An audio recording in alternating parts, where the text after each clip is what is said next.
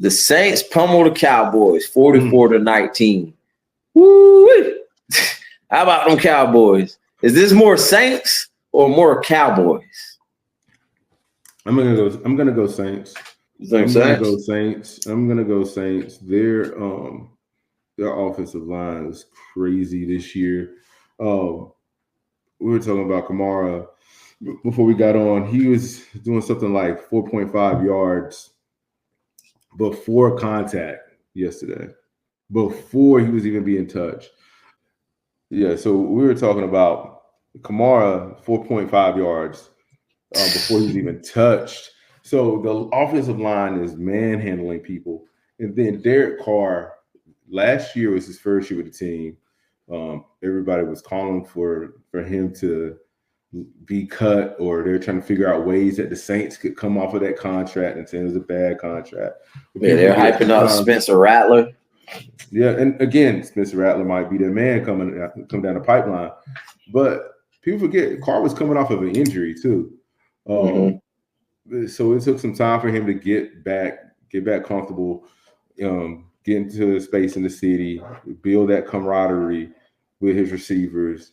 And honestly, it could have just really been an emotional thing for him leaving a team that he cared so much about, leaving his best friend in the league. Yeah, he was. Didn't he cry? He said he cried, right? He was like upset. Yeah, bro. He was upset about leaving them, man. So I think it's a thing where he was really passionate about playing for the Raiders, and so now he's back in a situation where he's happy, and you can tell with the joy that the team is playing with. I mean, people underestimate like players being in a situation to where they're happy and they're comfortable in a good environment where the culture is like really taking over their team. And you can see that the Saints have a great culture now. So I think it's real, man. You know, we talk all year about those dirty birds running away with this division, but it's like two of the teams that are really talking about how to run the South right now. And so between the Saints and the Bucs, bro, we got the Saints putting up these numbers. What is it? 47 they dropped against the Panthers, 44 against the Saints. Now the blowout against the Panthers, it's like, all right, bad teams. A bad team can beat a super bad team by a good margin, like 2 touchdowns, 17 points. But 47-10, that's still an impressive score. Like that's the score of a good team when a good team blows out a bad team, right? And not only that, they putting it to the Cowboys by not much less, 44-19. I'm not going to knock Dak here. He had interception early in the game, then he had a bad one later, but it was a do or die situation. You know, it was a desperate pick. He had to toss it down the field. Man, you know who they miss? Greg Williams. Greg who? They miss Greg Williams. Who is it? Greg Williams? Yeah, they missed their DC, man. They missed their defensive coordinator. Dallas's defense does not look the same so far.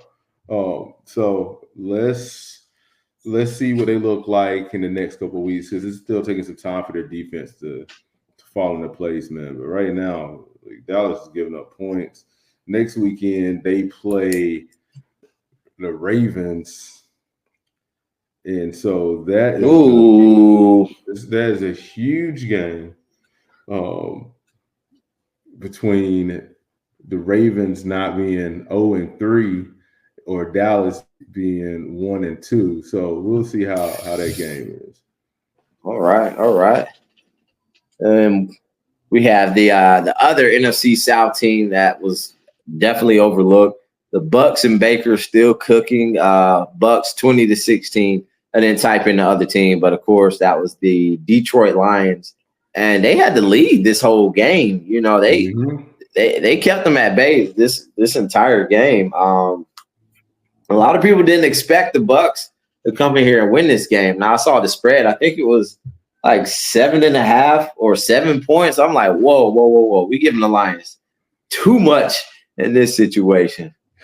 Man, it's hard though, man, because the Lions they're coming off an NFC Championship game against the Bucs.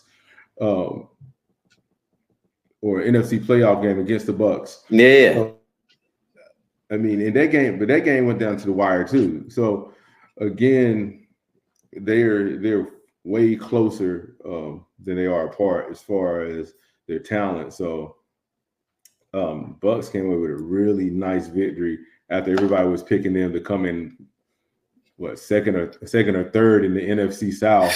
And they were not even picking them to make the playoffs again this year. So they were picked to come in last year, ended up being first. So these are definitely teams we're overlooking.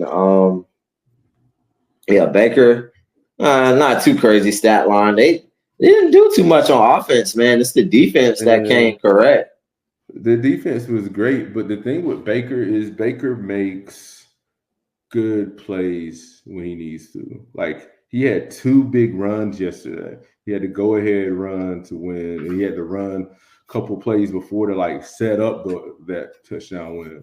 But Baker, who we don't think about as a running QB, being able to make plays with his legs when he needs to, even when his passing game isn't on point. I mean, it doesn't hurt that they have 2 future Hall of Fame receivers on their team, but Baker still uses his weapons the way that he's supposed to. Like, you're gonna say he's a game manager, but I guess Baker is just a gamer right now. So shout out to Baker Mayfield, who's really, really changed the narrative of his career. And so, I mean, I think the Browns would rather have Baker than Deshaun Watson right now. Woo, man. Big time statement, big time. All right. And let's touch on this game. Thursday night football, Bills bust down the Dolphins, and Tua is out with yet another concussion.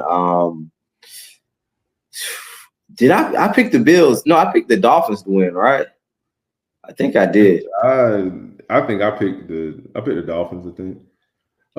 It's hard, man. The Bills, Josh Allen is something like what, 8-2 against them in the last man, he owns the Bills. Yeah, man. But I would have thought he owns Miami. I would have thought that, I was looking at it, home game, short week, going to Miami, where Miami's at right now. Definitely would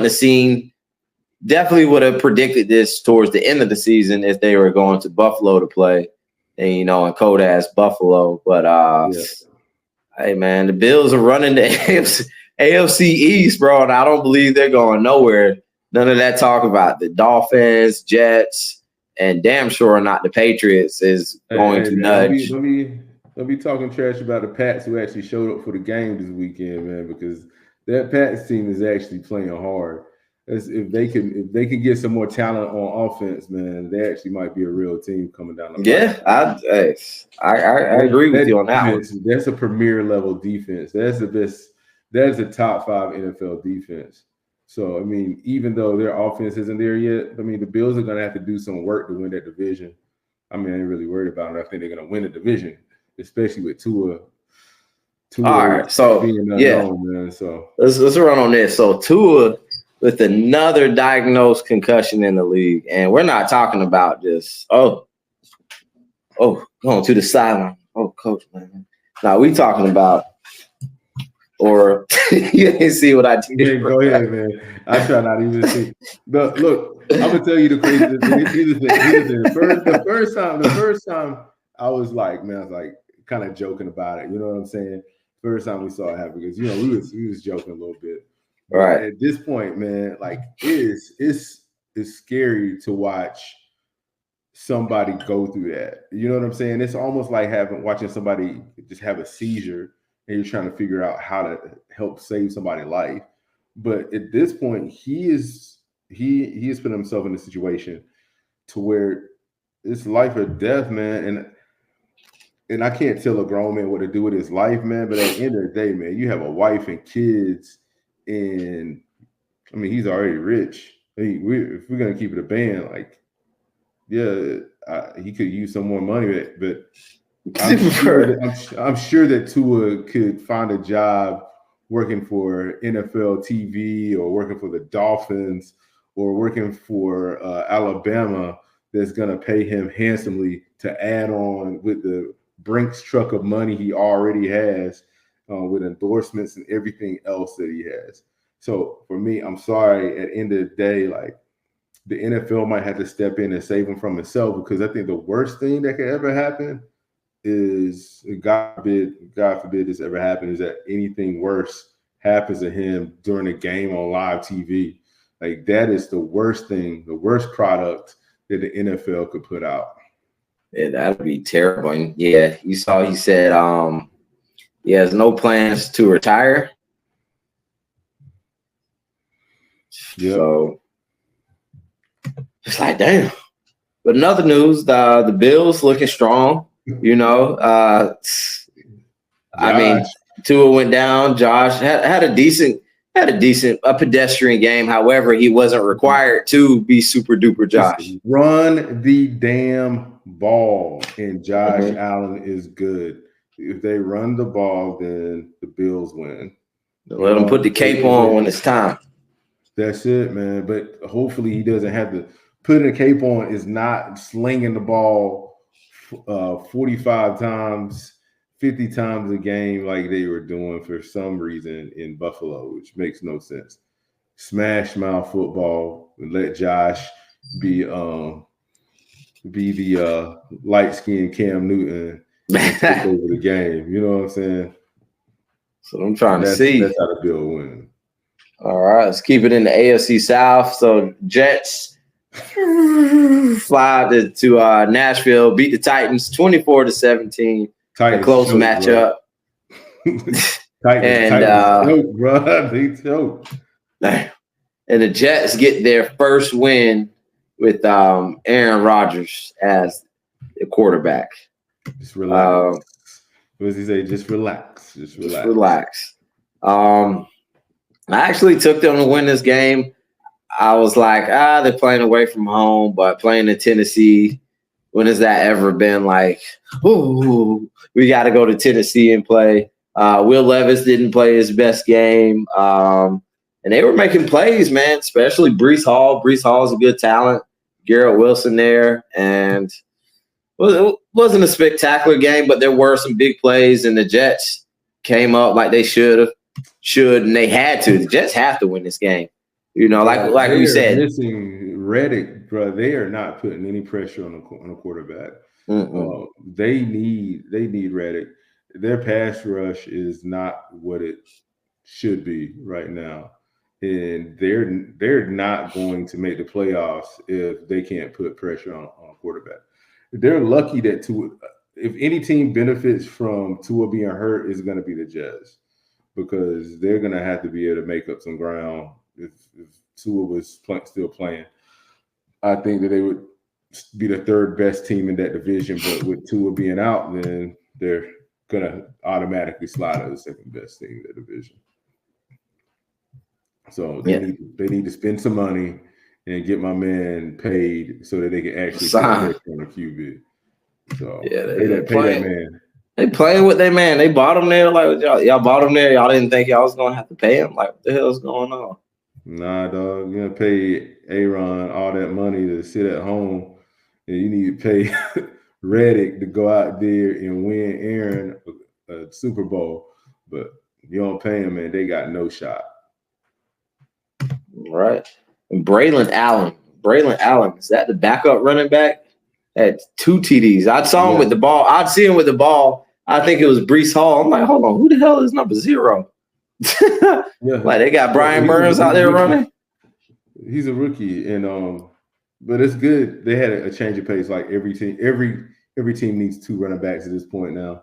So that'll help with Breece coming off of that injury from last year. So it's a long, brutal season. Damn near every team needs after last year, after seeing so many backup quarterbacks, every team needs 2 quarterback or at least a backup that can manage. Malik Willis, seeing him not turn the ball over yesterday was, pretty inspiring. I took the Colts to win that one. The Colts weren't supposed to lose that one. They weren't supposed to lose that. But that shows Matt LaFleur, he out there coaching, man. He out there doing some things with them boys, man. So shout out to Malik for coming over to the team and taking advantage of an opportunity. Yeah, I know, right? Because I mean, everybody was ready to give up on him, and then people were just slaughtering him online with him starting this game, and people weren't giving him a shot. So, I mean, wait for him to step up and actually come through with a victory. So, good for Malik. They pushed the ball. Jacobs had 151 yards on the ground, so that was pretty big. I knew they were gonna push the ball on the ground, try to barrel it in there. Yeah, all right. Do that, then why didn't the other teams realize that they were going to do that? So, but I digress. All right.